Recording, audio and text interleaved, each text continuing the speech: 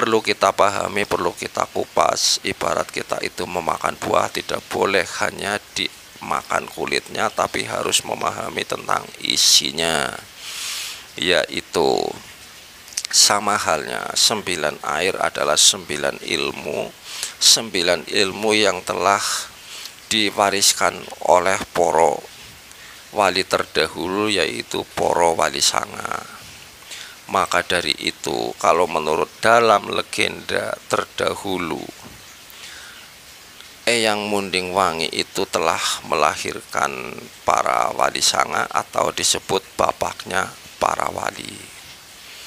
Itu seperti itu. Nah, lalu setelah lulus mengambil air dan menyusunnya itu diambil dengan rapi, disusun dengan rapi, terus dapat ajaran lagi dari Sang Pencipta atau Yang Maha Kuasa, yaitu turun kembali ke bumi, bahwa ikat yang ada di kepalanya itu suruh diterbangkan sampai ke ujung langit. Nah, beliau dengan senang hati diberi ilmu tersebut, lalu ikat kepala yang ada di atas kepala beliau lalu dilepas, diterbangkan sampai ke langit. Ternyata itu beliau pun lulus juga setelah diberi ilmu oleh Sang Pencipta. Nah, dalam ikat kepala ini kita pun juga perlu kita kupas, kita perlu pahami, karena zaman terdahulu itu adalah tidak lain yaitu mengandung sanepo atau siloka. Jangan sampai kita itu salah paham, karena ini sebuah legenda. Ikat kepala itu kalau menurut dalam versi saya, dalam batas kemampuan saya, ikat kepala itu adalah tempatnya itu di mahkota, di atas rambut. Jadi dalam pemikiran itu yang namanya rambut harus dieram yang lembut. Kalau kita hidup berpikir jangan gerusa-gerusu, kalau kata orang Jawa itu harus dipikir dengan seksama, dengan akal yang sehat, dengan pikiran yang jernih, sehingga akan mendapatkan suatu ilmu yang menyambung dengan Sang Pencipta, yaitu sampai ke ujung langit. Nah, setelah itu beliau itu diturunkan kembali ilmu oleh Sang Pencipta, yaitu suruh mengambil sebuah jantung pisang gebyar. Itu pun juga perlu kita kupas yang dalam dan perlu kita pelajari dengan seksama. Jantung tersebut itu dengan ilmunya bisa diciptakan jadi seorang wanita yang cantik rupawan oleh Kanjeng Pangeran Eyang Munding Wangi. Ilmu tersebut telah dipelajari oleh beliau. Ternyata setelah mengambil jantung pisang tersebut itu diciptakan jadilah seorang wanita yang cantik rupawan dan dikasih nama itu Rupiah Bekti. Nah, ini pun perlu kita kupas, perlu kita pelajari dengan kemampuan diri saya, versi yang ada di dalam diri saya. Jantung itu adalah kan dalam kehidupan manusia. Manusia tanpa jantung tidak akan bisa hidup, dan apabila kita itu akan mendekati dengan ajalnya di suatu saat, karena setiap makhluk hidup itu akan mengalami sebuah kematian. Kalau urat jantung itu putus, itu tandanya itu akhir hayat, yaitu yang disebut telah pulang kepada Sang Pencipta.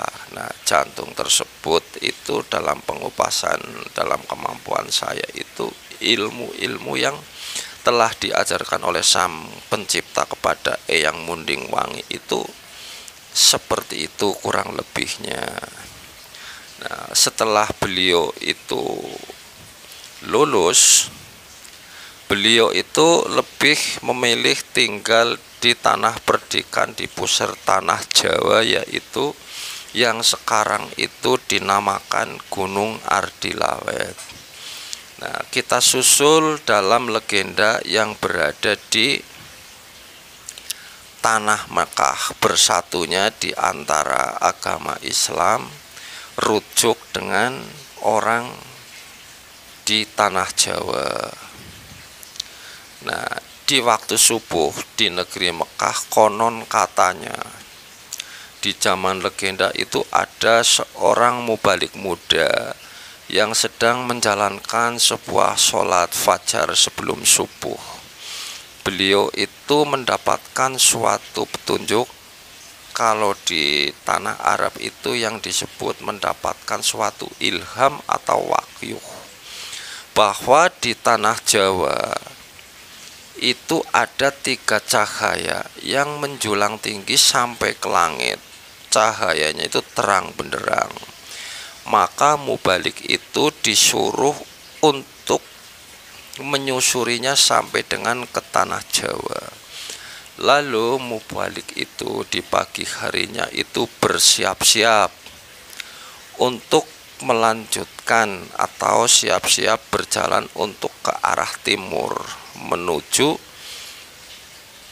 cahaya tersebut yang telah diilhamkan oleh Yang Maha Kuasa. Nah, beliau itu mengumpulkan 350 pengikutnya dan 9 armada yang telah disiapkan. Lalu beliau itu berjalan berlayar ke arah timur. Karena zaman terdulu itu belum ada kapal yang pakai mesin, pakainya itu arah mata angin. Beliau itu berjalan dengan pelan, ketrumuk dia itu sampai ke negeri Nusantara. Belum Indonesia, masih Nusantara. Nah, melalui laut utara, melewati muara Indramayu, lalu berjalan terus dengan pelannya sampai dengan ke arah timur. Begitu dilihat cahaya itu tidak nampak. Nah, begitu berjalan lagi cahaya itu tidak nampak lagi. Terus berjalan. Nah, setelah sampai ke Gresik, karena cahaya itu tidak terlihat, ternyata sang mubalik itu berhenti berada di pelabuhan Gresik. Setelah menjelang subuh, ternyata cahaya itu terlihat di sebelah barat, yaitu di atas gunung. 3 cahaya tersebut itu memancar sampai ke langit, 3 cahaya itu. Lalu mubalik itu kembali lagi ke arah barat dengan pelayarannya, dengan mengikuti arah mata angin yang dari tenggara itu berjalan pelan, ketrumuk sampai dengan ke daerah Pekalongan, lalu masih ke barat lagi, berjalan lagi, terus berjalan dan sampai ke daerah Pemalang itu di waktu maghrib.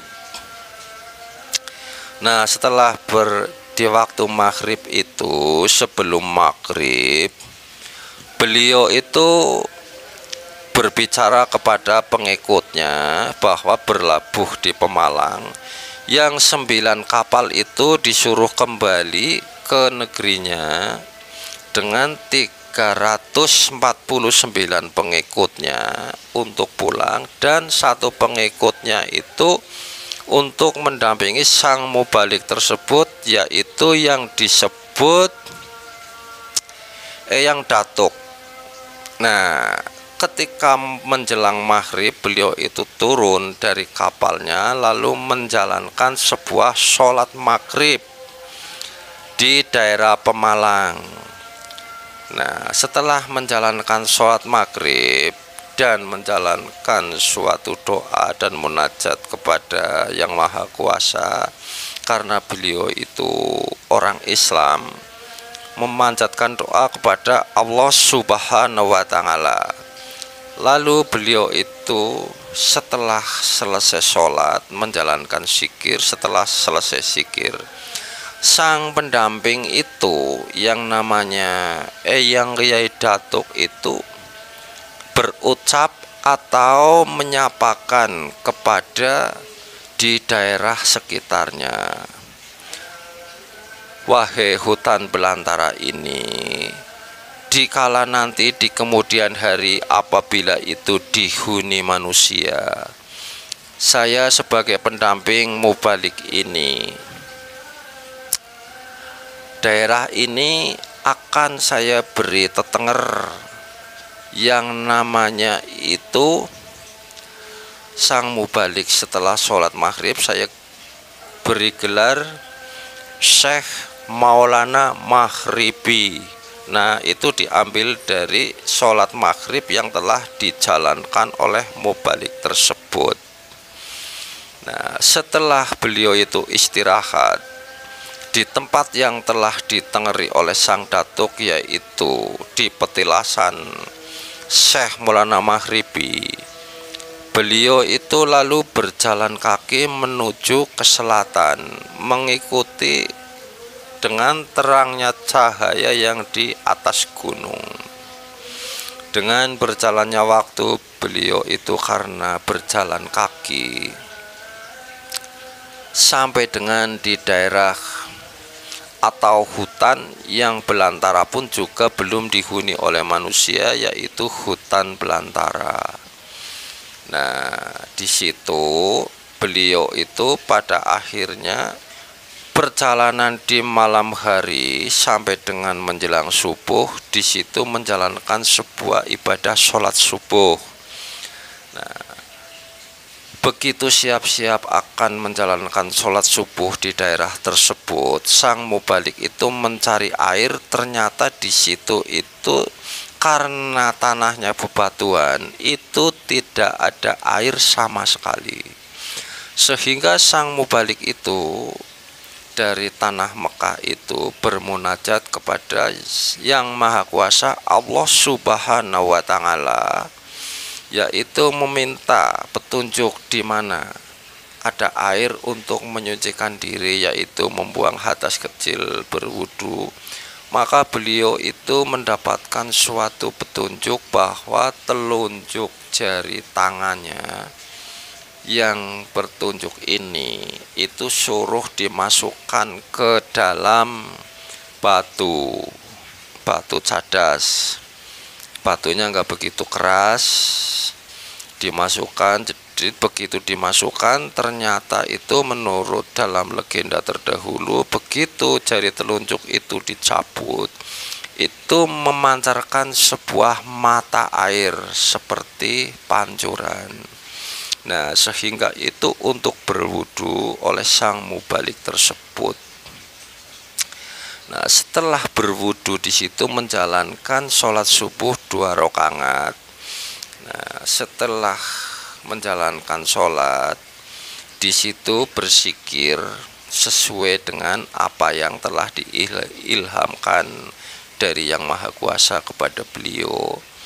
Nah, usai menjalankan ibadah tersebut, sang datuk pun juga sang pendamping itu menyapakan lagi bahwa di hutan belantara ini, di bawah bukit yang belum ada dalam kehidupan manusia satupun, dan apabila kelak di kemudian hari, apabila dihuni manusia, di hutan ini